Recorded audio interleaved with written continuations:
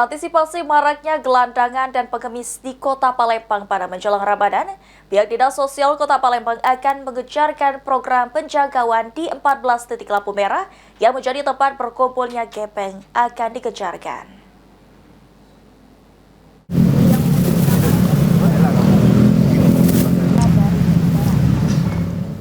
Antisipasi maraknya gelandangan dan pengemis di Kota Palembang pada menjelang Ramadan, pihak Dinas Sosial Kota Palembang akan mengejarkan program penjangkauan. Kepala Dinas Sosial Kota Palembang, M. Iksanul Akmal mengatakan, setiap mendekati dan pada momen Ramadan, aktivitas gepeng akan meningkat.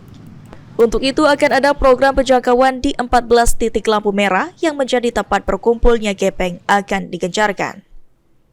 Selain itu, pada Ramadan tahun 2025 ini diprediksi akan ada fenomena manusia gerobak. Untuk itu, program penjangkauan akan tetap dilakukan bahkan di hari libur.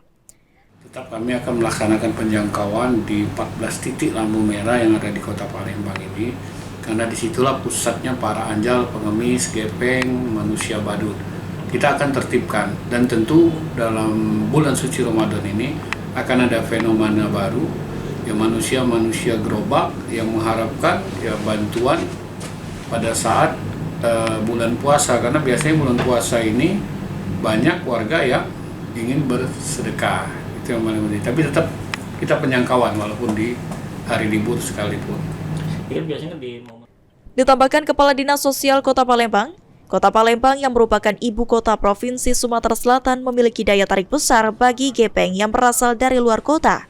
Untuk itu, warga Palembang diimbau untuk lebih bijak dalam menyalurkan bantuan atau sedekah ke tempat yang seharusnya, seperti di panti asuhan, masjid maupun lembaga yang berwenang. Sandi Pratama, PAL TV.